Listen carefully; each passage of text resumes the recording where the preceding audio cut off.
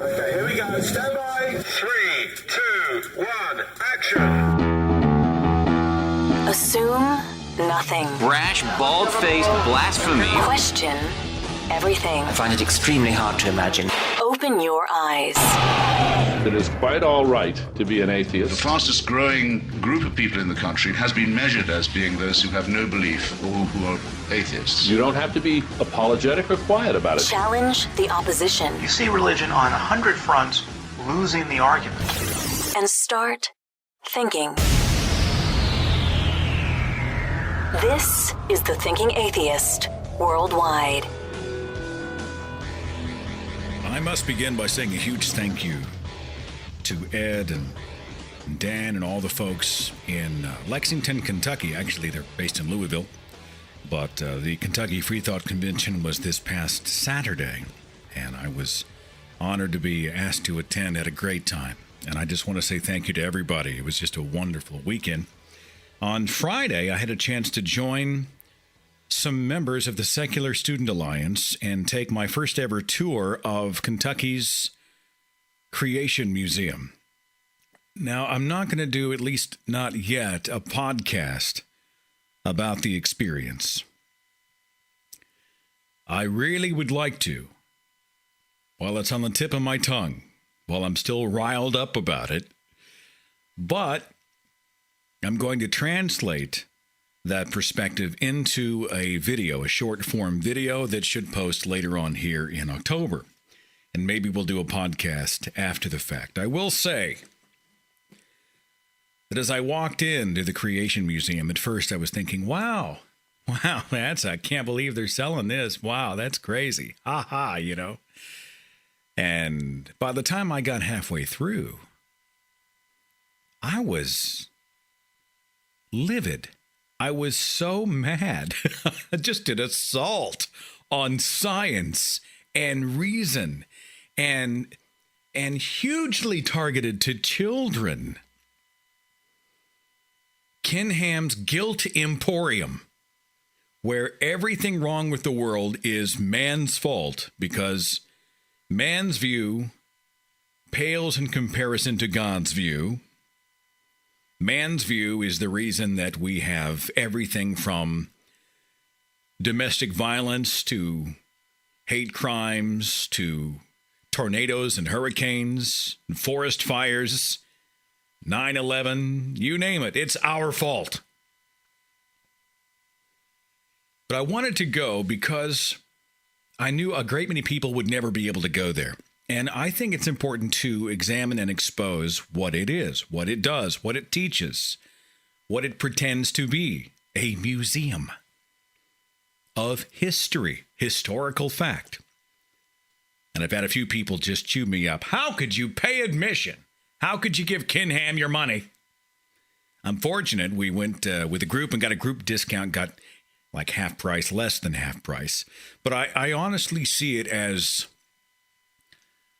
the same thing that you might do on a recon mission where you have to bribe some of the natives to get the mission done. You know, you have to, sometimes you've got to look at the greater good.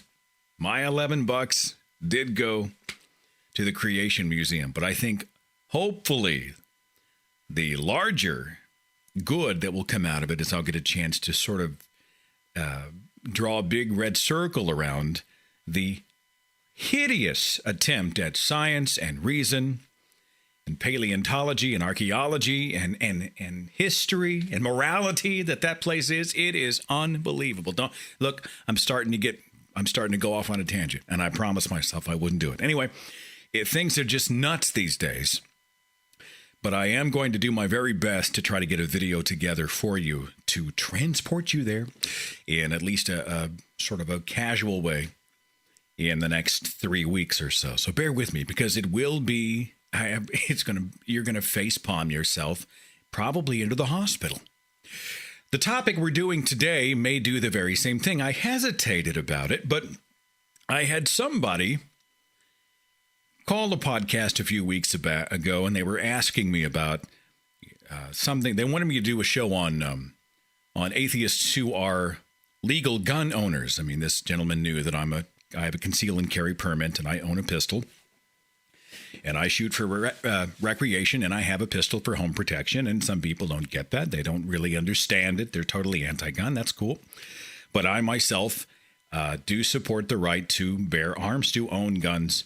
And this country is filled with millions of responsible gun owners. And so anyway, so he wanted me to do a whole show on it. And I don't think the podcast, a 90-minute show, will support, or that topic will support a whole show. That's just too much of a stretch. So I had a suggestion. Well, why don't you broaden it? Because there are people who have left-leaning values and opinions and perspectives, politically or otherwise, whatever. And there are people who have more right-leaning. And yes, there are atheists who have right-leaning views. And why don't we do a show that talks about this great big tent called atheism, non-belief in God, non-belief in any deity, and give forum to the people who have differing viewpoints. Just let them represent. I ask that it remain civil. Everybody try to, let's keep the insults to a minimum. I know everybody's passionate about their particular view. I myself think discourse is something tragically lacking these days. So if you look at Facebook, everybody's busy labeling everybody else as some one or two word insult, quite often containing a swear word. And what I'm thinking is, why don't we just tone down a little bit and communicate with each other and try to empathize and understand each other, and then at the end of the day, we can disagree. Fair enough? And for that reason, because it is really a caller-driven thing, I want to start with the callers. My first call will be area code 704. You're on the Thinking Atheist radio podcast. Who's this? This is Jasmine. Jasmine, I'm so glad you called. You are helping me kick off today's show. It is an honor to have you. What's going on? Not much. I just saw the title of your show today, and I thought I would call and sort of speak my piece, I guess you could say. Let me have it. Come on. I guess you could say my political views are more left-oriented. I believe in, universal health care and the legalization of at least marijuana, if not all drugs, stuff like that. So just as a curiosity, how do you draw the line between marijuana and, say, maybe coke or heroin or LSD or something? Well, marijuana people just use that to sort of, go to sleep and feel good. But drugs like heroin or LSD or something like that, people actually overdose on that. People fight each other and kill over drugs like that. I've never heard in the news someone overdosing on marijuana or robbing someone so that he get money to get marijuana. I've never heard that. Maybe it happened and I don't know about it, but I've never heard anything on the news like that. Well, I'm sure it's happened. I was just curious to see where you drew the line. Sure. You and I have some things in common on this issue. What else? I didn't mean to interrupt you. Forgive me. What else you want to talk about? Gun ownings, as long as someone's responsible with that, I really don't have any issue with something like that. Just keep it away from kids, keep it clean and everything so no accidents will happen, and it's cool with me. Are you an atheist? Yes. Okay, does your non-belief in a God sort of inform the rest of your worldviews? Does it affect how you feel about anything else? To a degree, abortion, I'm pro-choice. Just because I believe life begins when the baby is born, and pro-life, they're it begins at conception, but then there's a whole lot of things they don't take into account, like medical problems. Say you have a baby, you're pregnant, and you get a test, and it says that the baby has this disease where they're going to live for 5 years, and those years are going to be painful, and they're never going to walk or talk or feed themselves or anything like that. Do you really want to put your kid through that instead of just getting it over with when they're just a clump of little cells floating around? Do you feel like most people who are atheists have a certain worldview? Do you think they lean left? I don't know, because I don't know that many atheists personally. I know like 3, and the ones that I know do lean more to the left, but then I don't. It's just the 3 people who I know. What state do you live in? North Carolina. All right, 3 in North Carolina is pretty good. So you that's a good start, Jasmine.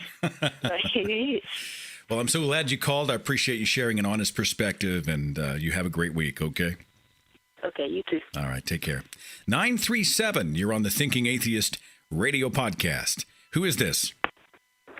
Hi, this is DJ from Ohio. What's up, DJ? I actually just got done seeing the president 2 hours ago at the Ohio State University. Really? Yeah. It was like, you guys hung out? pretty fantastic. You're like, yo, what's up? You guys are taking pictures and high-fiving each other? I mean, are you wired in? I mean, come on, talk to me. You were at a rally, right? Yeah, I was at a rally. He came in. Ohio's a really huge key point to this election, and John Glenn was there, Sherrod Brown was there, and the Will I Am from whatever group it is, he was there too. I thought that was pretty cheesy, but the rest of it was really good. Well, I'm guessing you're calling to talk about your political worldview or political views and which way they lean. I mean, talk to me. Where you at? Well, I mean, yeah, kind of. I was just left the rally, and I went to Taco Bell, and they had the USA Today sitting on the counter, so I picked it up because it was talking about how the Protestants are, no longer the majority in the United States. This was just out today. And I was pretty, I don't know, I kind of disagree with how they polled. It was by the Pew Foundation, and they mentioned that 20% of Americans are of no belief. But then they also said that out of those people of no belief, only like 3% are atheists and only 2% are agnostics, which is absolutely ridiculous, and I feel like people kind of confuse the point there. Well, they also confuse whether or not a belief in God translates to Christianity. The belief in God statistic, according to Pew and Harris, ends up being it's all sorts of crazy stuff, including belief in ghosts and the spirits of dead ancestors, and all sorts of crazy stuff falls under the God column. And most people don't dare to look that far, so the Christians say, wow, look, 9 out of 10 Americans believes in God. Well, not exactly. Not exactly correct. So, but I thought they were, if you look at the statistics, it is encouraging. It is encouraging to see. So. They showed a statistic, too, that only 23% consider religion at least somewhat important in their life, which means that 75% of us, we really don't find any sort of importance in religion, and that's encouraging. And those who say it is important, watch them. If there's a car accident in 5 minutes, will they drop to their knees and call down favors from their deity, or will they grab a cell phone and call 911? You'll see exactly what they truly believe. Yeah, exactly. And then they also had a second portion there in the same paper talking about how it's going to affect the election. And, of that 20% of what they call the nuns, N-O-N-E, that about 75% of them, vote democratically, towards the left. Whereas, the conservatives, 73% of the believers vote conservatively. So it's kind of, myself, I'm kind of a gun-toting Democrat, you could say. I believe strongly in guns and everything, but yet I still follow the line of, on the social issues, what I think most atheists and non-believers, they fall more socially liberal. I totally agree. Do you you take a lot of heat for being a gun owner, for being pro firearms? Well, in my home out in the country, everybody has firearms. Oh, yeah. So I take more heat for being a liberal atheist. I was gonna say, if you live out in the country, you guys are probably shooting your food or something out there. So, I come from in Oklahoma. It's like everybody's talking about deer season and going down to the range and that kind of thing. Exactly. Guns are not a big deal. So everybody's posting their trophies from bow season right now. Yeah, they're talking about, I got to go down to pick up some new bow tips for my new rig, and I'm going to go out and put up the tree stand. I got a guy at the office who's hardcore, and I'm one of those people who I just don't, I'm sorry, you're going to get up at 4:00 in the morning and freeze your ass off. Yes, exactly. I just can't do it. I just can't do it. So. Yeah, when I was going to school in Columbus, though, I took a lot of heat because occasionally my neighbors would see me walking around with my firearm on my side because I don't have a concealed carry. So I, use the open carry law in Ohio. And, when I was walking around late at night or walking the dog or whatever, I always took my firearm with me. And my neighbors, they thought that was kind of odd. But so I took heat in Columbus for that. Oklahoma just passed open carry, which takes place, I think it goes into effect next month. Now, I'm as pro-gun as most, but I'm not sure how I feel about open carry. It's just a little Wild West to me, and I don't know, correct me on that. I mean, if people are walking around brandishing, does that change the tempo of when somebody walks in? I have a hard time with it. It's not a problem for you? Well, for me, not really. I mean, I'm going into law enforcement, so I will be open carrying for the rest of my life. Yeah. But, it does raise, some issues, like police officers, they want to make sure that you're not a felon or whatever, but at the same token, a felon's not going to walk around with a gun openly on his hip down the street. For me, I think it's more, not to derail the whole thing on weapons, but for me, I honestly think I just don't want my, little MP9 to be accessible. I want anybody else to be able to reach over, grab it, and yank it out of the holster. I just don't want it there. I want to know it's there. I want to know I've got it.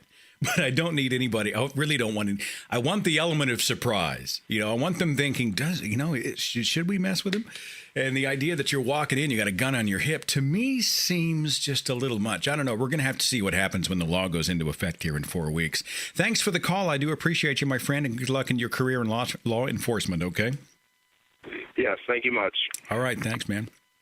Yep, bye. I actually did. I brought it in here sort of as just a theater of their mind thing, but it is, I have a Smith & Wesson MP9. It's sometimes I carry, sometimes I don't. It is in my home. I've been trained to use it. No one else in the house can use it. It is kept in a gun safe.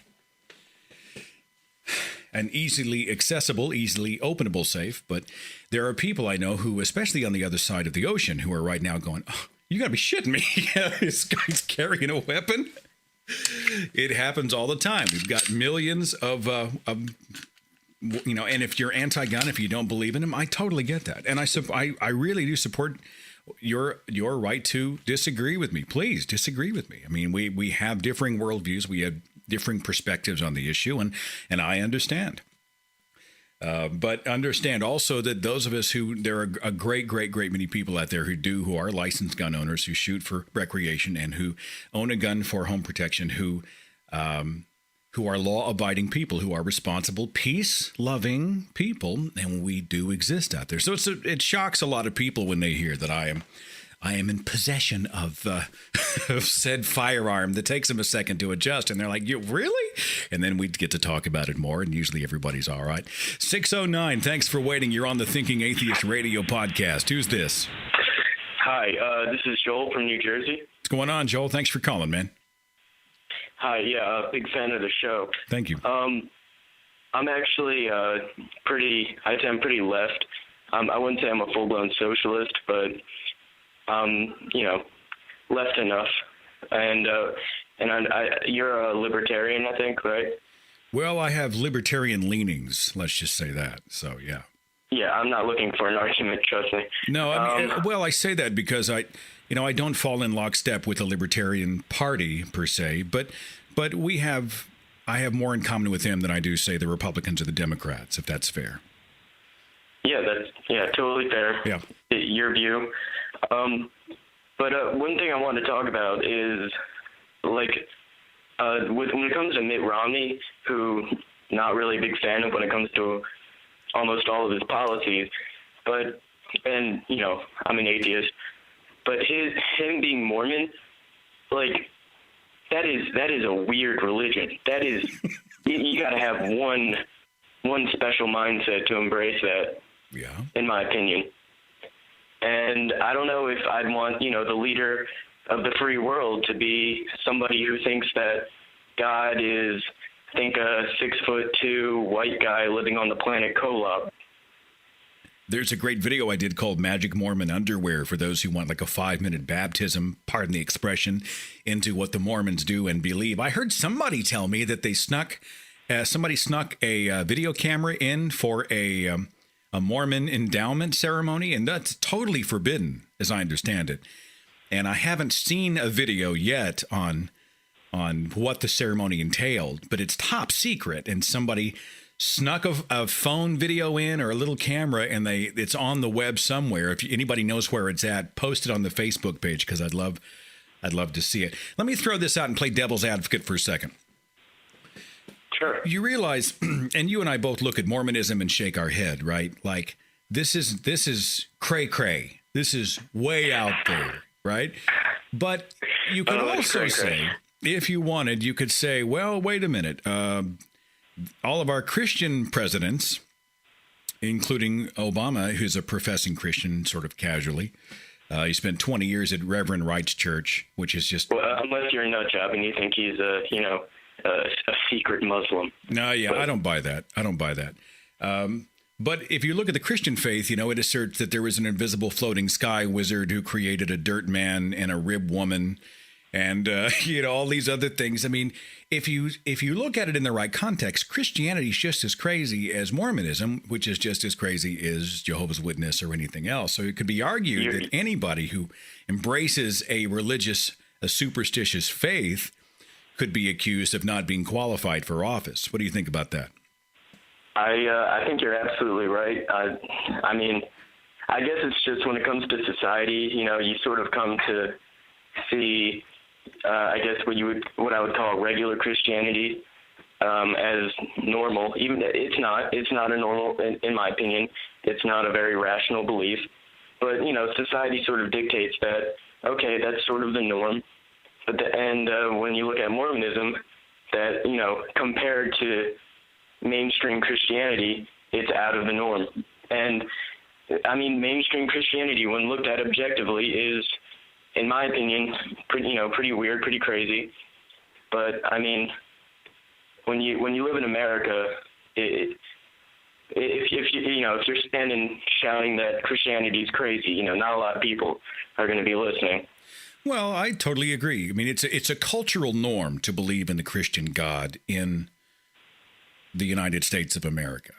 And I also think the Mormon Church has more cult-like qualities. You know, the taking of the 18-year-olds and they go off to the mission or go off to Utah for 2 years to have their head filled with who knows what, and they go on their mission. And I think it has more pronounced cult-like qualities than, say, casual Christianity here, at least in the Southwest, where people go to church, they spend their hour praising Jesus, they hug everybody, have some coffee, go eat, and then they get on with the rest of their lives. It's really more of a lifestyle more than it is a, let's hide in a temple endowment ceremony and not tell anyone else on the planet what we're doing kind of deal. So it is maybe apples and oranges.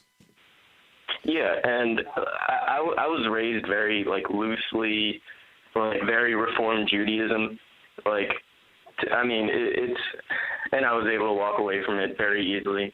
Parents didn't care. It turns out they're not really that big of believers.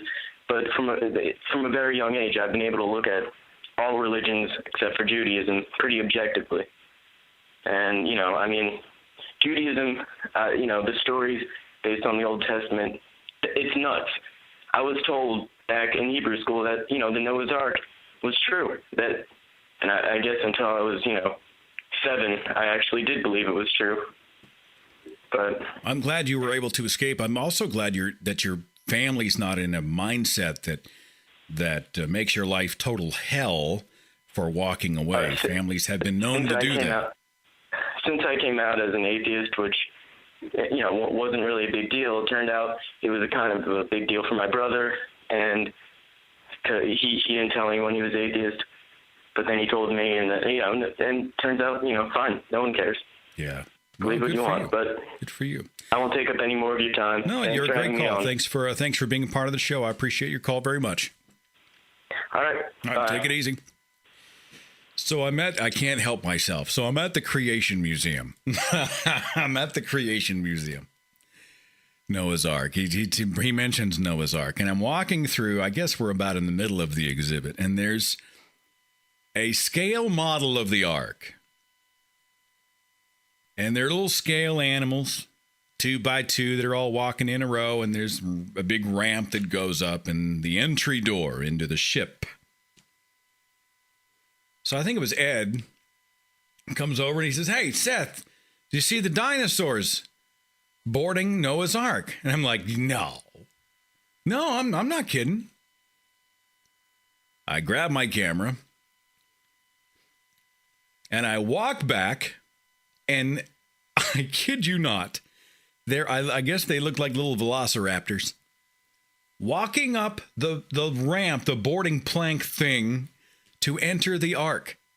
With a straight face, Ken Ham and the Creation Museum are positing that there were dinosaurs on the Ark. Not just dinosaurs, but raptors.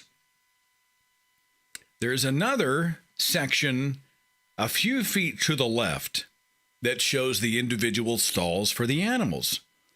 And lo and behold, right there in the stall, right there, right next to all the other animals, are these 2 velociraptors. They're just hanging out together, just blissfully taking the trip with Noah, all the other animals. Oh, it's just such a beautiful thing. The museum asserts that all the animals were happy vegetarians until man sinned. And only after man sinned did they have to become carnivorous. They had to struggle to survive. And they show a horrible kill. One beast killing another beast, blood all over its neck. This is the result of Adam and Eve's sin in the garden. Before that, they all sat in the garden, just happy and peaceful vegetarians. They used those incisors to crack open coconuts and stuff. They didn't need their claws or teeth for that kind of stuff.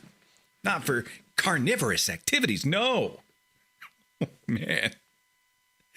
It's just an assault on, it is an assault on reason. It's unbelievable.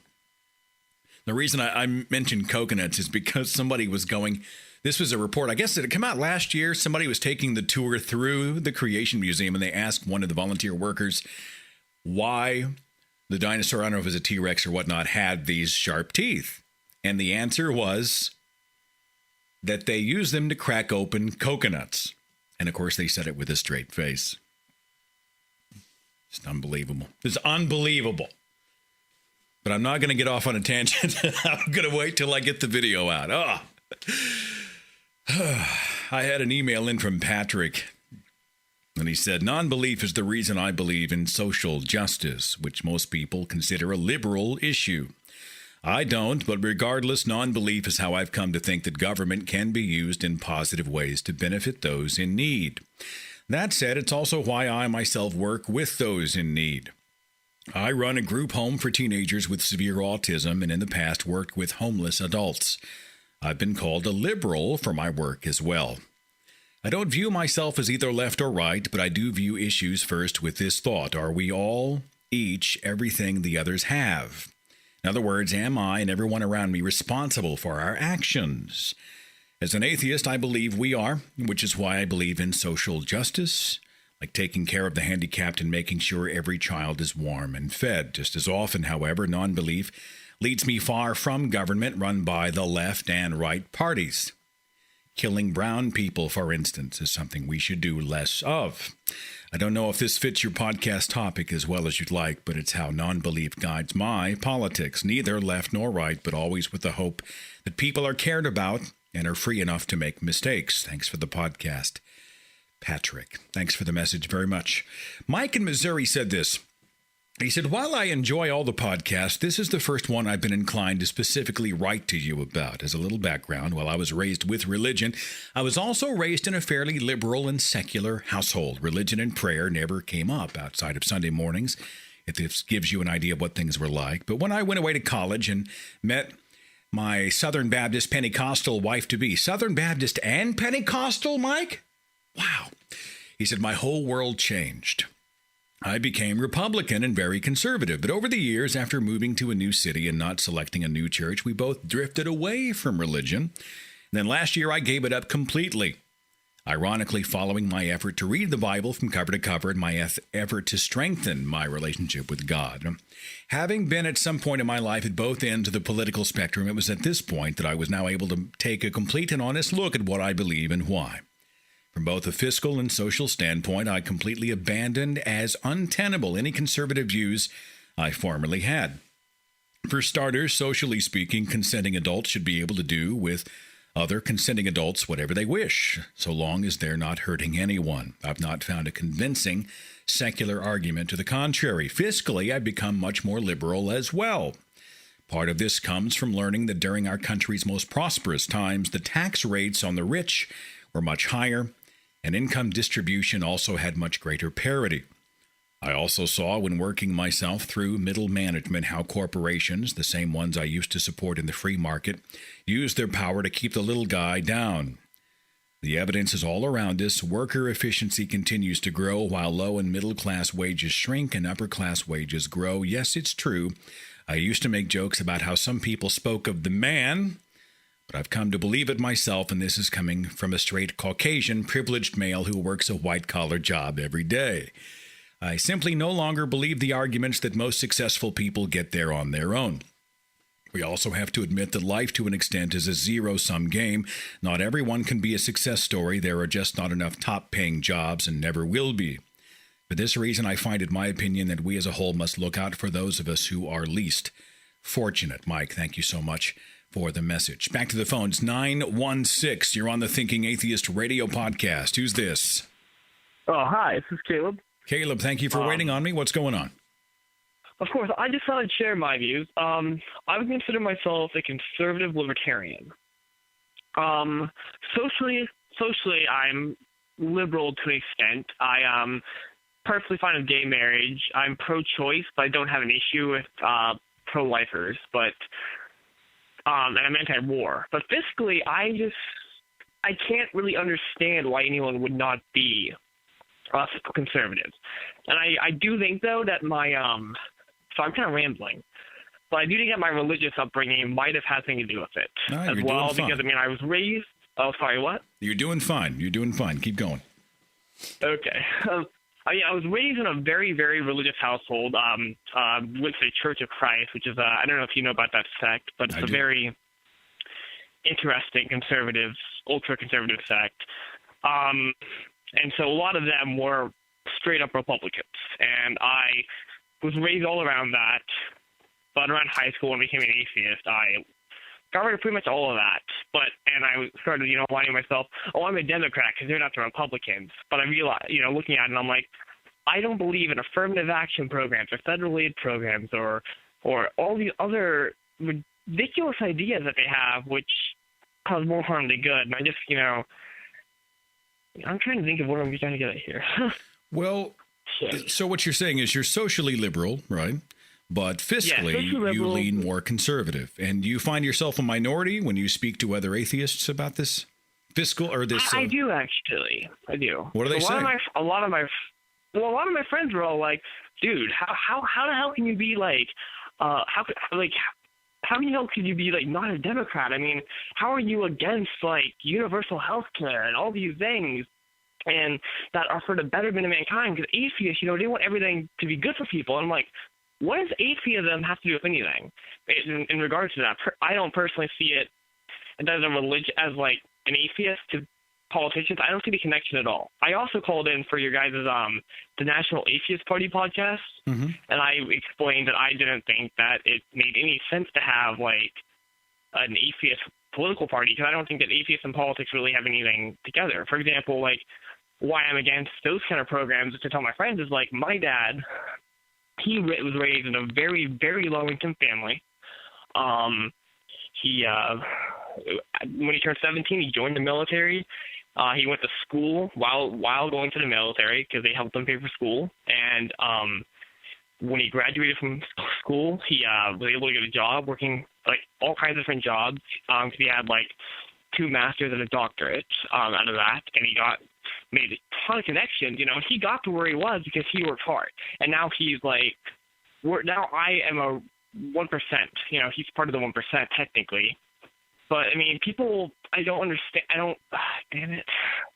I understand what you're saying. Don't punish yourself for, where I think you're communicating. Geez. I have really been insomnia, Seth. So you're good. My mind's all over the place. I get what you're saying. So this guy went and created his own opportunity and reaped the rewards of it, and now he might be vilified by others as the evil rich. And in your mind, he went out and he staked his claim and took risks and worked his ass off, and he was successful, and good for him. Did I get you?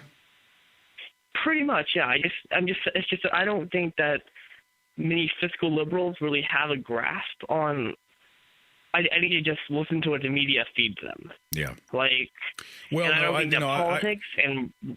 I would argue that people on both or even all sides of the political spectrum will find a media outlet that feeds them, that gives them the spoonfuls of sugar that they so desperately seek. And don't let anybody on the left tell you that it's just Fox News and the right. There are media outlets on the left as well that just that scratch them behind the ears and make them feel all warm and fuzzy. And they call it objective journalism, but it's just as biased as Fox. Thanks for the call, though. I do appreciate you very, very much. Okay. Of course. Take it easy. Thanks for letting me on, Seth.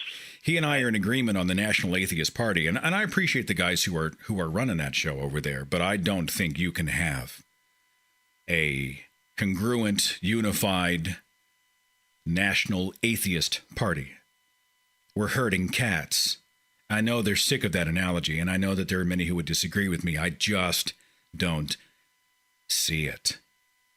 Now, it is true that I do honestly feel that your non-belief in a deity, your rejection of religion, can inform a political worldview.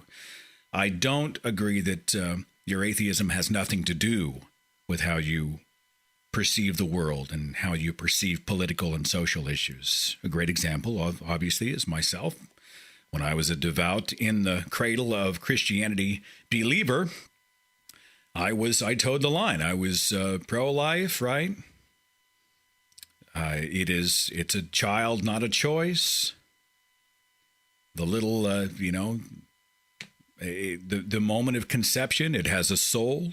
It can't fight for itself. We must fight on its behalf. We must be its voice. It is a precious human life. And the people who are pro-abortion are discarding or diminishing human life. This is how I felt. And the Bible spoke out against homosexuality. Now, I didn't really know much about the issue at all. But I was against it, right? I was raised that way. You're programmed that way. You're around people who make fun of gay people. They're talking about this and fag, and it's an insult, and they single in anybody who has a pro-gay lifestyle or who is gay or lesbian out, and they point them out of a crowd, and it's a big deal. But when you walk away from the book of magic, the book of spells, if you decide the Bible is complete crap, including the book of Leviticus and, and all of it. I mean, I guess my views began to change even before. My best friend, I've said this many times, but my best friend announced he was gay. It was kind of a point of contention with us. But over the course of time, I realized in my mind that he was still my best friend. And it was the first time I'd really seen someone who was homosexual who I didn't see in one dimension, who wasn't a caricature of the gay person. And Corey wasn't one of those people that I'd seen on television who were out there in the streets, and they're all... there's a very flamboyant side to that culture that I, as a corn-fed, Southwest, Midwestern conservative boy, would never get. Even now I struggle with it, but I'm trying to get educated and learn more about, what are they trying to do? What are they trying to accomplish? What's their mindset? What is this? What is it? And so even as I was still sort of navigating the religious road, I came to the conclusion that, Corey's still Corey. He'll always be he'll always be. We've known each other a quarter century. I'm going to throw that out just because I don't have the same sexual preference as he does. He's the same guy. And that really started to light a fire under me where I began to stop seeing that particular issue in one dimension. I began to broaden my horizons. And especially now that I've walked away from God's book of spells, and I no longer see biblical instruction on sexuality as being anything anyone, anywhere should adhere to, I now have really seen a whole new world, had a chance to learn more about what sexuality is and what drives it, to see the hate and the discrimination and the misunderstanding and the confusion and the fear thrown at people who simply are expressing natural sexuality. And so my lack of belief in God has really helped to inform and support my pro-gay stance. Abortion is still hard for me. I do believe it is ultimately not the government's decision. I believe it is the right of the woman to choose. But I'll be honest, I hate abortion. I don't celebrate it. I wrestle with it. I read an article that Carl Sagan co-authored. I'll see if I can find the link. It's like a 5-page essay on the difficult issue of abortion. And I still struggle with it. Does life begin when brain function begins, brain waves are detected? Does that qualify as a human life? Is it when they are born, they emerge into the operating room, into the delivery room? Now it is a person? I don't know that I buy that. When is it appropriate? When is it not? These are very complex issues. One thing I wish is that those who are pro-life, like I once was, will stop looking over the fence at the pro-choicers and say that they're trying to destroy humanity, that they are trying to minimize what precious human life is. I don't believe that's necessarily the case. I wish that the pro-choice people would stop looking over the fence at all the pro-lifers and say that they all hate women. They're trying to take away the rights of women. That's not really, in mainstream Christianity, it's not really the case. It is more of a battle for the unborn child who does not yet have a voice. They're acting from a perspective that they are trying to champion a precious child of God who cannot yet defend itself. And I struggle with abortion. But, on a lot of issues, I find that I went back and I re-examined them. And on many issues, I said, this needs to probably be adjusted, and you change it. That's what good science does, I think. You continue to examine it. And some things, honestly, in my life, my worldview, I looked at and I thought, no, I still adhere to this. This still, I believe, is the best solution we have. Far from perfect. It's my position. It's how I feel. And I'm going to hold this. But I think each one has to be evaluated. And a non-belief in God, I think, can inform a larger worldview. Kevin sent a message. He said, "Why should I vote? Both political parties and both candidates invoke God and pander to the religious. They both claim to pray and believe it works.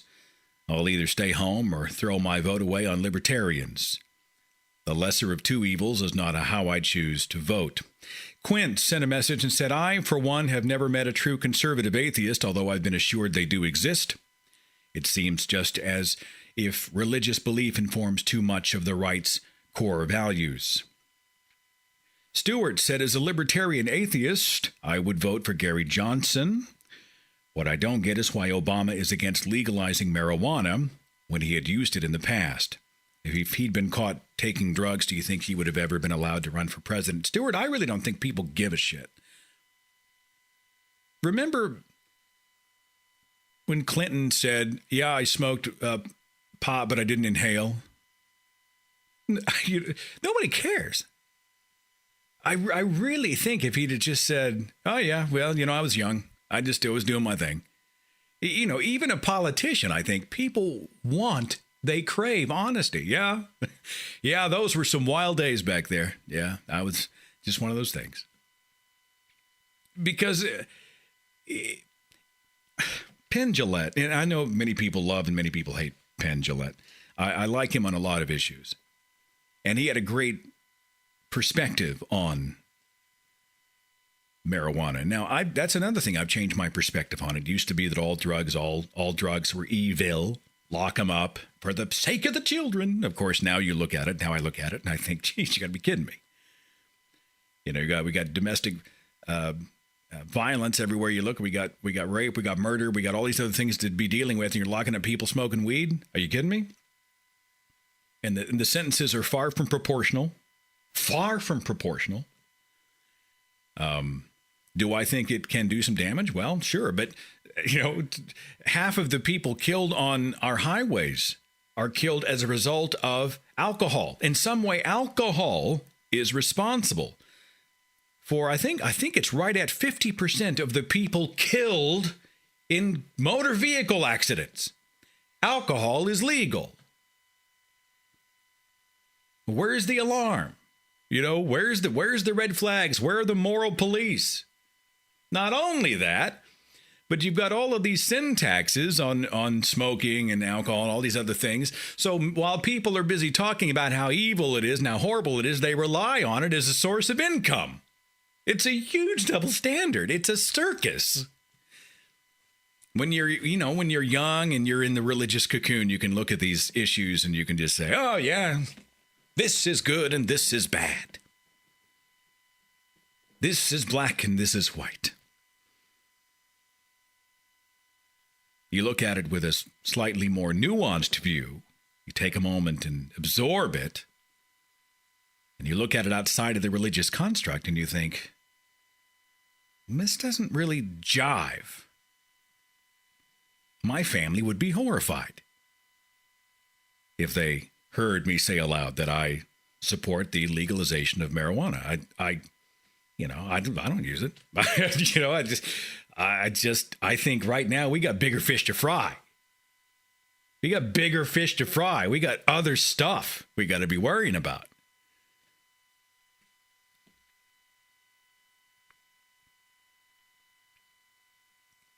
I had an email from Steve. I'll get back to the switchboard in a second. Steve said, I can't count how many people in our little community have expressed shock, dismay, and outright anger when they find out that in some areas I'm very much a right-winger.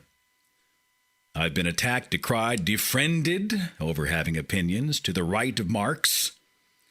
Let me say at the outset, gay marriage is a civil rights issue, and I frequently go to bat for my friends on it. In other areas, though, just go ahead and paint me red. I firmly believe the federal budget needs to be balanced, and we need to stop burying my yet unborn grandchildren with debt. If we did that, we might stop printing money, and the value of the dollar might rebound. I'm willing to go along with tax hikes, too, but we can't tax our way out of the current mess. I think global warming is a religion. I used to be part of it myself. It filled me with pride to know that Al Gore was from Tennessee. Now I'll buy man-made global climate change when Al dismantles his mansion and moves into a yurt. I own more than a dozen firearms. I listen to Rush Limbaugh. Don't always agree with him, but he's freaking hilarious. But I will say there's a major difference between me and other right-wing nut jobs. I don't inculcate myself. I also listen to NPR, and Fox News is often just too shrill for me. even though they do have the hottest women. Well, I'm also tolerant of people with whom I disagree, and that's something lacking on both sides. This country can be so polarized politically, I'm curious if it's even governable anymore. Neither side can compromise with the other. Without their base going ape, the Republican Party's been hijacked by people who think Bronze Age mythology is real, and they keep their constituents fired up by attacking gay people. And the Democrats lack cohesion because, frankly, there's no set definition of liberal. I'm the father of 5 and a patriotic American. I love this country. I'm so glad we live in a time and place where, legally at least, we can have things like this podcast and my 9mm. But I'm scared. We have a federal government that is plowing us into a financial hole. We shipped all the jobs out of the country, and now we wonder why unemployment is high and the money we earn is worth less and less as time goes by. Something has got to bridge the divide. Somehow we have to get to a point where a liberal and a conservative can get together and at least start discussing real solutions to the actual issues we as a people need to address. I used to have faith that would someday happen, but now we know what can happen with faith, don't we? Steve, thanks for the message very much. 254, you're on the Thinking Atheist radio podcast. Who's this? This is Michael from Texas. Appreciate you calling, Michael. What's your take on all this? Well, I have a rather, you talk about nuanced take. I guess I'll just stick with because I used to be an evangelical Christian for a number of years, or Baptist, I guess, which is pretty close to evangelical down here. And I actually, I'm a moderate who votes more Democrat than Republican. But I would say that actually when I became an atheist or an agnostic or whatever you want to call it, I actually shifted a little bit right. And the reason is I think it's philosophically, I think that when you have things coming down from on high and you believe your morality comes from this cosmic place and it's universal everywhere, you judge things differently than when you think that there's not a individual, sky buddy that's going to tell you everything that there is to know about what's right and what's wrong. And I believe that and this is largely through, the research I've done since becoming an atheist, is, I've looked at morality and I've looked at moral absolute views like Sam Harris, and I just don't think it's tenable. And I think that morality is largely driven by human beings, and human beings have different innate as well as cultural moralities, and they feed off of each other. And thus, social context, like a social context, is very hard for me to say, well, I make common cause with all of humanity. Humanism is my thing. I think that's probably where our society is going if we don't kill each other first. But I think that it's a lot easier to identify with people in your own country, in your own state, in your own social group, and to say, well, let's get behind, and social context matters, and that's why we have different standards of morality for war and peace, and that's how we have different standards. We just have different standards of morality, and it doesn't make sense if you believe that there's some sky man saying, well, killing is always wrong. And then you realize that, God was ordering all these killings going on, and the answer is because there's clashes of culture and cultural differences, and those differences clash, and you have to have some way and there's going to be different moral ways of dealing with those cultures. And it's just the way it is. I don't necessarily like it, but that's where the evidence, in my view, points. Well, I'm interested in what you said at the beginning of the call about how you became an atheist, or you discovered you were atheist agnostic or whatever, and then you found yourself leaning more to the right? Yes, because, let's just take Guantanamo Bay, okay? I'm not saying that I'm pro Guantanamo Bay. I'm sort of have different views on it. But if you believe, for example, that God is that it's always wrong to kill and torture human beings, and I do, but the rules are slightly different when you're dealing with culture classes, when you're dealing with a person or a group of people who have completely different moral standards than you, and who say, well, you're this, so you're a Christian or you're a Westerner, and therefore I want to kill you. Well, then they represent a different moral standard, and your moral standards aren't going to mean anything if I believe that if your moral standards, just because I look out in the universe, it doesn't seem like there's any moral standards beyond, there's some moral standards among animals, but mostly morality is kind of a human thing. And were we to die and were our cultures to die, morality would die with us. Well, let me make sure I understand your point. So I think what you're trying to assert here is that, like at Gitmo, you're talking about that we can't treat them with our standard for morality because then we would be the only ones playing by the rules. They would not be, right? To them, no life outside of a Muslim life is precious. Is that what you're saying? Yeah, I mean, I think that morality is first about, you have to, I think that, don't get me wrong, I think, if we keep things going and keep developing and keep growing as a society and become more interconnected and so forth, I think we will get to a point where we can just say, well, it's always wrong to kill, no matter what. But right now, where we have different cultures, different beliefs, and they're constantly clashing over all these different things, you have to make compromises, and you have to be pragmatic. And you have to say, let's make sure that we're let's make sure that we're taking care. Let's make sure that we don't die first, because let's make sure that our culture is preserved. I understand the make love, not war assertion, right? I'd rather build a bridge than burn it. I would rather reach out to someone than slap their hand. I would rather create life than take it, that kind of thing. I think we speak to a wildly oversimplified subject when you say that war is always wrong. Now, again, I'm putting myself out there and I'm going to get skewered, but sometimes you have to fight. Sometimes there are things worth fighting against. And I hate to use the cliche of Hitler's Germany, but I think to myself, had we not fought to free the slaves, had there not been times when you had to stand up and fight for what is right, then wrong would have triumphed.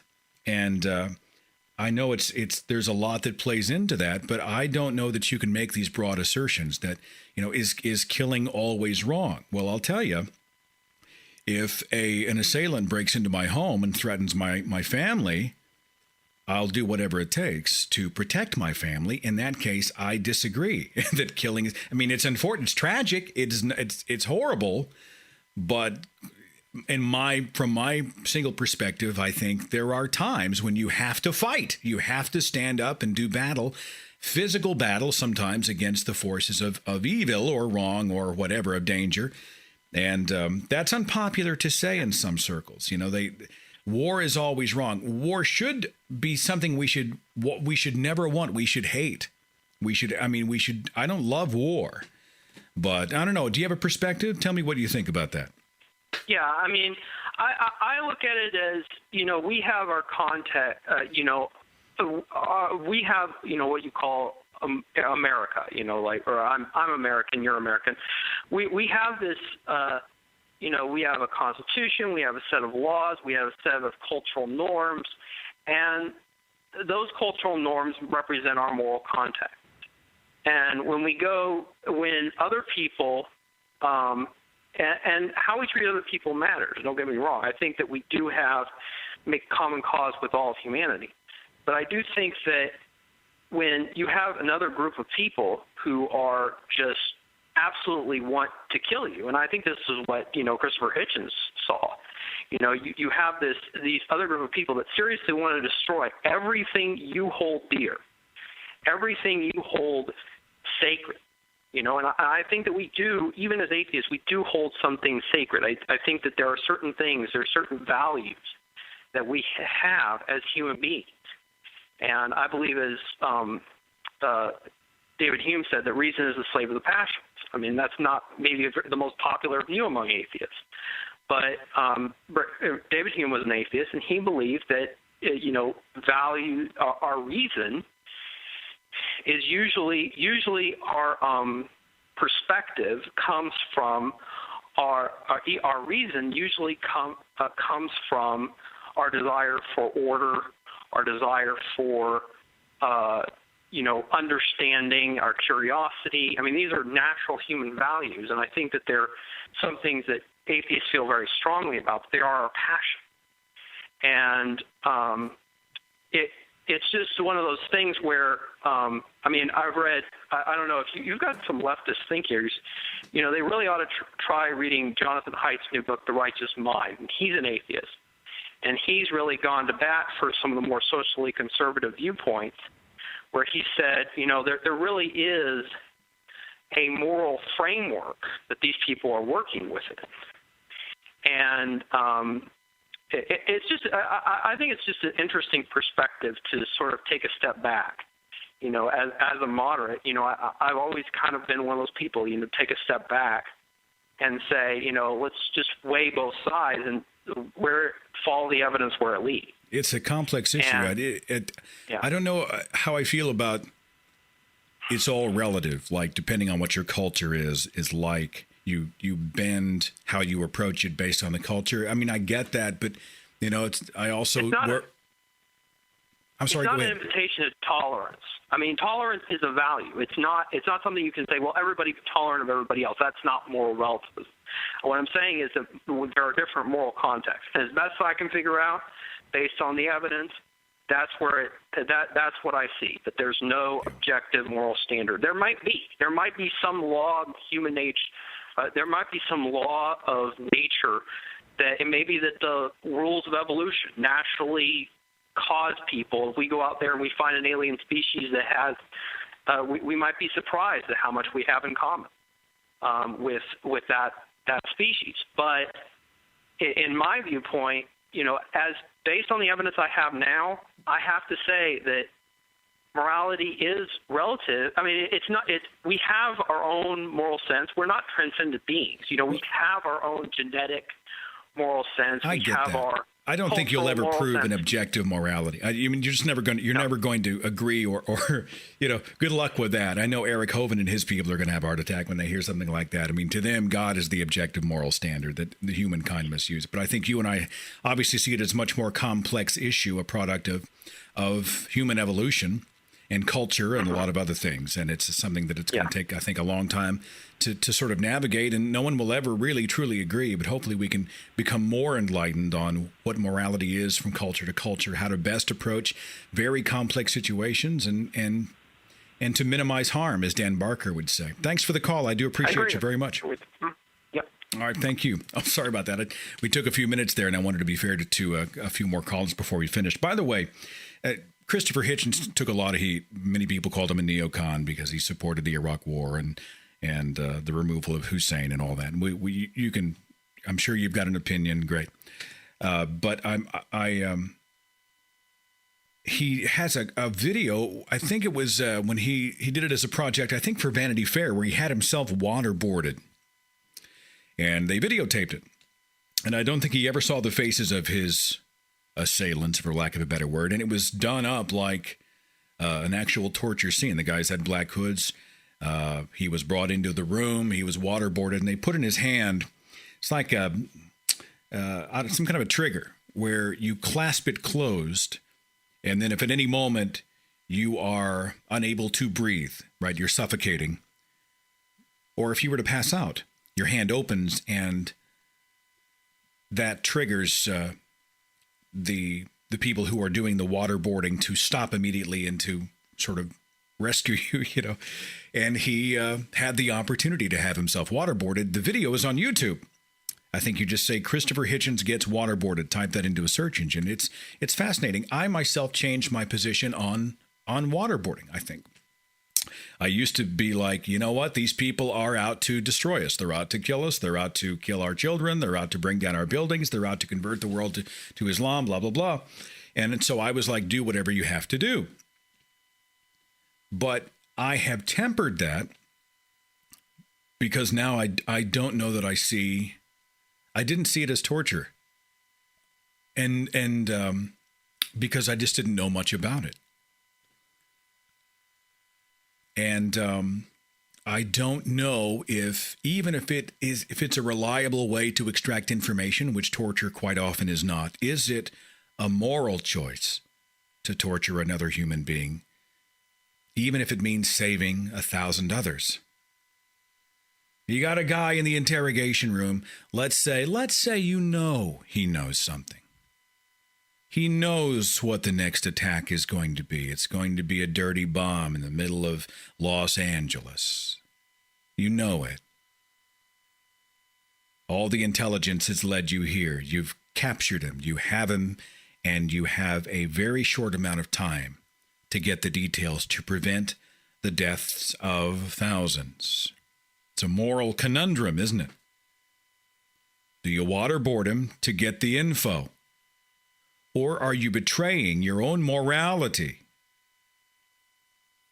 to torture another human being? Even to get the info. It's something I, even at this moment, wrestle with. Part of me says, waterboard him. Get the info. You've been following the guy for months, perhaps years. You know he's dirty. You know he's got his fingers in the terrorist pot. You know he's involved. And you know that 2 sentences from him could save the lives of thousands, tens of thousands. Part of me says, do it. We didn't ask him to plan a terrorist attack. We got to do whatever's possible to protect our people. And then the other guy on the other shoulder is whispering in my ear saying, wait a minute. Where does it end? Where do you stop?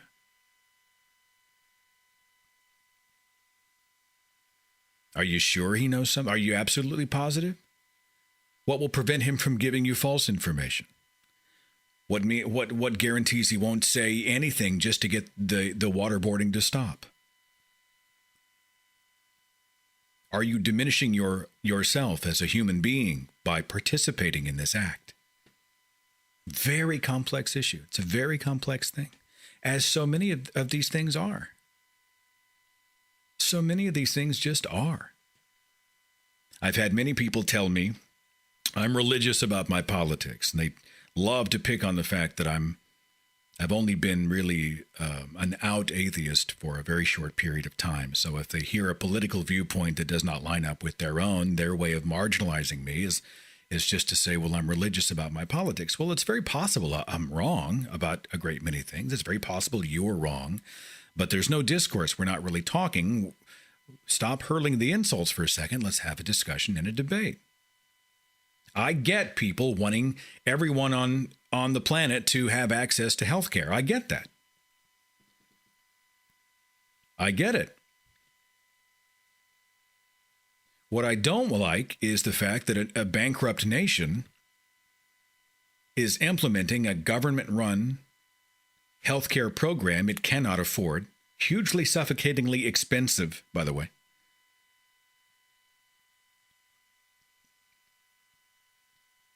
It places undue burden on businesses and limits their ability to hire. And immediately when I say something like that, people flip out. What's the matter with you? So you don't want health care. You don't want people to be taken care of. You want people rotting in the streets. You want them to just take old people and throw them out into the alley and all the sick and infirmed. You hate people. No, you don't want health care reform. I absolutely do. I really do. I really do. Trust me. But I'm against this particular plan. And you're for it? Fantastic. We'll get together, have coffee, talk about it. But, I hate old people. I'm religious about, no. I just get so tired of how we treat each other. Mitt Romney's got it coming. He totally had all of the parodies and the satire and the, that I see on Facebook and all over the internet. I get it. But I'll tell you, the love fest that our incumbent has gotten from those same people boggles my mind. You're supposed to be skeptics. You're supposed to be skeptics.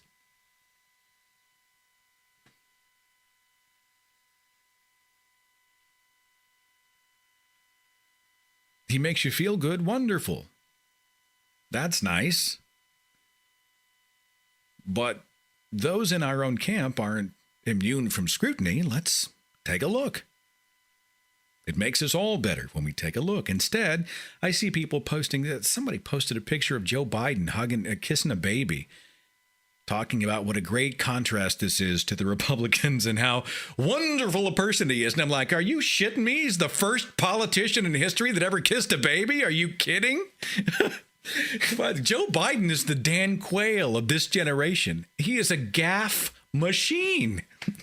Every time he opens his mouth, there are probably 100 people literally waiting in the wings to just go grab him and drag his ass off the stage. If you're going to go after Romney, you got to go after everybody.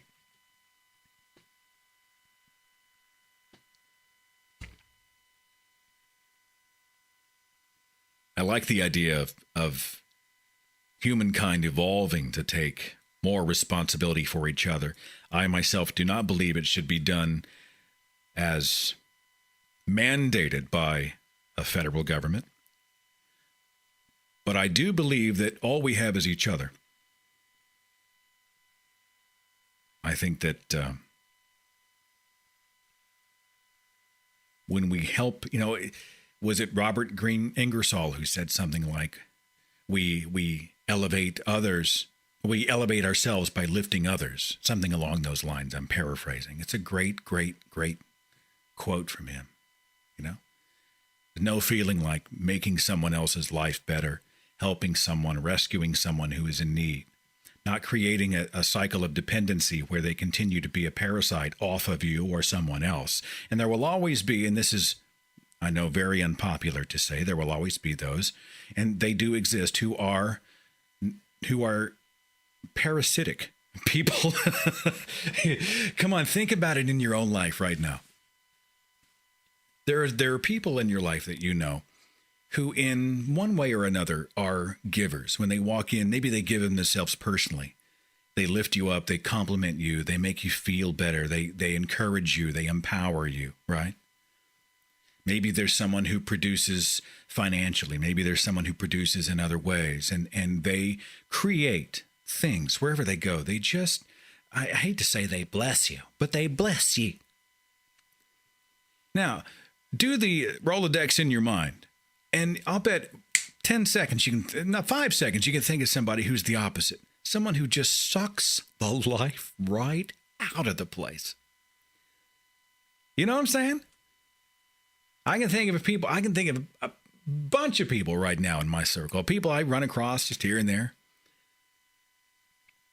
They don't have a job, don't want one. They're not motivated to really do or be anything. They're always asking for this, asking for a lift, asking for money, asking for food, asking for what.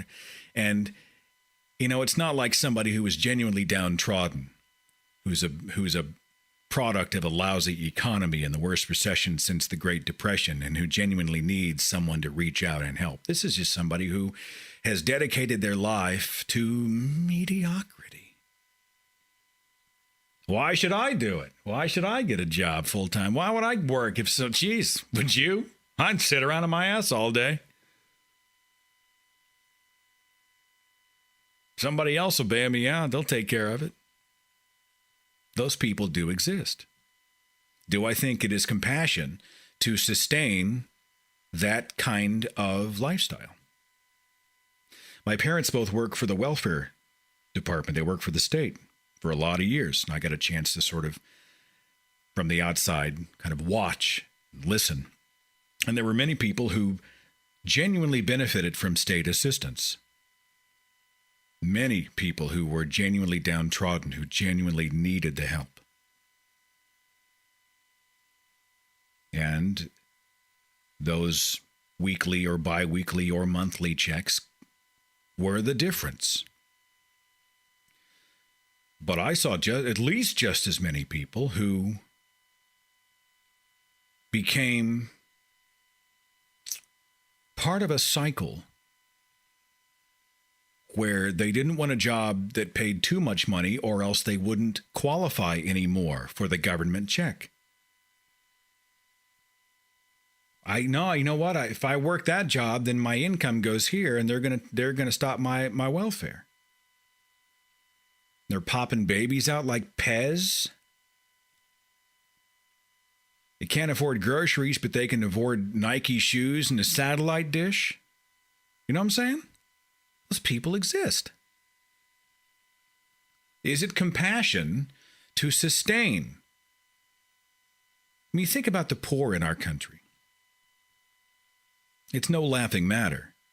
But if you look at the poor in the United States next to the poor in, say, I don't know, Ethiopia, our poor look pretty good. We're doing better than Ethiopia, you know. These are very complex things. And so when I say something like, you know, it's handing out money with the government has a gun to my head and says we are now required to put everything in the pot and everything's even. Well, everything will never be even, in my opinion. You can take everybody, you can give them the same resources, the same house, the same bank account, the same everything. You can put them at the starting line, you can fire the starting pistol, and immediately you will see some people who rise above, some people who go and do and achieve and work and excel and take risks, and they are just driven to do so. And then you will see others they're the excuse. It's excuse porn. You'll see some people who genuinely need some help. I get that. We can help each other. Yeah. Help them over the finish line. Help them finish the race. I'm not talking about them. I'm talking about the people who genuinely think, screw this. I'll let somebody else run it for me. I don't really care. Coast through life. Jeez. Now, for having this particular point of view, I take a lot of heat from people who say I'm not compassionate. I don't know. Let me have it. I've got a Skype call that just says 111 on my switchboard. You're on the Thinking Atheist. Who's this? Hello, Seth. Are you there? I'm here. Who's this? This is Thomas in California. Glad you called, Thomas. What's going on? Well, I am actually a libertarian. So, yeah, I'm probably in the minority here. And basically, I put the same skepticism that I do with God towards government, and this is the conclusion that I've made based on that. So do you see allegiance to politicians like an allegiance to a deity, or what? Well, I don't think people are like worshiping Obama or anything like that. Oh, some do. Maybe some people do. Yeah. Well, I mean, there are some who distrust everything that every politician says and does, and I understand why. You know, I've honestly, part of me wonders if any of the people who are truly qualified for office would never actually run. They don't need it. They don't want to be a part of the circus. They've decided to make their success, to write their story elsewhere, and so we get the leftovers. I don't know how accurate that is, but that's sometimes the feeling I get. Yeah, and it just seems like the politicians just say whatever they say just to get elected, and they promise way too many things that they couldn't even possibly deliver on. Oh yeah. You saw the Obama Romney debate, and they're all talking about my plan. I'll do this. I'll do that. I'll do that. As if there's not a Congress in place that has to be a part of that process. Like you're just going to show up and you're going to solve education. Well, that's nice. You know, I didn't realize you were omnipotent. Bam. You know, it's unbelievable to hear the things that come out of the mouths of politicians in an effort to get elected. Yeah. All right. I also wanted to say that, like, I feel that we can solve a lot of our problems, and I feel government causes a lot of these problems because a lot of things they do have unintended consequences, just like the war on drugs. Like, it just seems like any time the government declares a war on anything, it just leads to disaster. Yeah. Well, it's certainly a perspective worth entertaining. We'll see what the chat room has to say about it. Thanks for your patience on hold. I'm glad to meet a listener in California, my friend. You take care, okay? All right, you too. Thank you. 504, you're on the Thinking Atheist radio podcast. Who's this? Howdy, Seth. This is Michael from California. What's going on? Man, California's my state this half hour. What's going on? Oh, not a lot. I've been listening. And one thing I've noticed is that I don't want to say all, but it seems to me the vast majority of atheists and agnostics I meet generally, or I don't want to say they're left or right, because left or right encompasses a great many parts of your political view, but it seems to me that atheists tend to be more in favor of civil rights and civil liberties. The right to free speech, they tend to be more pro-choice, or at least more neutral on the matter. You tend to see, in my experience, more pro-gun atheists, especially in the western U.S. And I think a lot of this is because I think that, we're all raised with the same general beliefs in justice, liberty, the pursuit of happiness, all of the things in the Constitution and the Bill of Rights. When you take that and you remove religion and ideology from the equation, what you're left with is sort of social liberalism, social libertarianism, the belief that we should have the right to be able to do these things. So, essentially, we're talking about humanism, right? We are talking about... in a sense. Yeah. I mean, it's amazing how religion creates these weird rules that make sense until you get out and see it from the other side. Did you come from religion? I left it in my teens. Yeah. Parents were different religions, so it never took. Because, I look at my perspectives on a lot of things, and I think, would I have felt this way about this issue had I not had it drilled into me as a kid that it was evil with a capital E? I don't know. I kind of doubt it.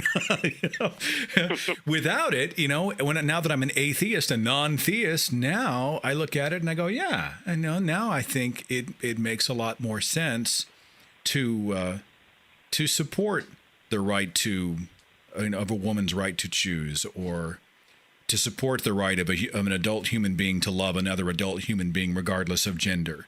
It makes more sense to me to support free speech, all of those things. I think atheism, for me, it helped to sort of open those things up. I don't know. Exactly. And my only real complaint, the thing that's going to make voting this November very difficult, is it seems to me neither of the main parties really stand for those values. You have the Republicans who in many ways are against those values, against many civil liberties. And then you have the Democrats who at best seem to give lip service. Obama, I thought, was going to be, pro-marijuana, pro-gay marriage. And instead he's done almost nothing to support those values. And so it seems to me like neither party is really standing up for the values. Well, at least not for my values. Well, and Obama had to be outed by his own vice president on the issue of gay rights 3 years into his term, which I thought was, I understand he's, politicians playing it a little bit close to the vest sometimes, but at the same time, I'm like, are you pro-gay or not? Why do you have to be, why does it have to be a slip of the tongue from Joe Biden for the entire world to find out about it? That, to me, does not scream real conviction. It's very frustrating. Exactly. Yeah. And, he says that he's against the criminalization of marijuana, I believe he said, but then he still allows raids on medical marijuana dispensaries. I don't know. Yeah, it seems like an incredible. I mean, and when will we get somebody in there who isn't talking like a politician, but just sort of talks like real people talk? I know that's a utopian dream. It will never happen, but I'm too cynical to believe in that. Just somebody who goes in there and just says it, and I don't care what the polls say. I don't care whether or not I end up on. If somebody holds a press conference protesting me tomorrow, I don't care if the newspaper headlines destroy me. This is how I think. This is how I feel. This is where I'm at. Vote for me or not. I don't give a shit. I mean, wouldn't that be nice? Right. Just to have somebody like that? You can vote based on what the politician actually believes rather than the circus, the construct they make around themselves. Oh, can you imagine how awesome the State of the Union address would be? Somebody just, instead of saying nothing for 90 minutes between bursts of applause, divided, one side and then the other side sort of alternating, you'd have somebody who goes in there and just says it the way it is. Boom. I love the idea. So thanks for the call. I got to run. I appreciate you very much, my friend. Thank you, too. Have a good one. Did you see this article out of Athens, Georgia? Georgia Republican Paul Brown, speaking of politicians, said in videotaped remarks that evolution, embryology, and the Big Bang Theory are, quote, lies straight from the pit of hell, meant to convince people that they do not need a savior. Now, this speaks exactly to the it's not even a blurring, it's a blatant crossing of the line between church and state, where you see a hijacking of the Republican Party by Christianity and the religious right. I've never seen anything like it. This year has been unlike, and we've seen politicians invoke God to the extreme for decades. I've never seen anything like this year. Bachman, Palin, Rick Perry in Texas, Ryan, and now you got Paul Brown, who says not only does he disagree with embryology and the Big Bang Theory and the theory of evolution, they're not just something he disagrees with, they are, quote, lies from the pit of hell. No wonder the electorate is face-palming on both sides. It's unbelievable. It's a topic that we were never going to truly, fully cover, but it was certainly something I think that was I thought it was an interesting 90 minutes. I hope you thought so as well. The next show should be a little more interesting. We're going to do an interview with Satanists. We're talking about the Church of Satan next week on the podcast. Some of our Facebook users are Satanists. Yeah, we're going to find out more. And then ghost stories for Halloween the week after that. I appreciate you so much. Thank you for listening, for calling, for emailing. I'll see you next time on the Thinking Atheist Radio Podcast. Follow The Thinking Atheist on Facebook and Twitter. Watch dozens of original videos on the Thinking Atheist YouTube channel. And visit our website for resources, links, contact information, the editor's blog, and more. thethinkingatheist.com.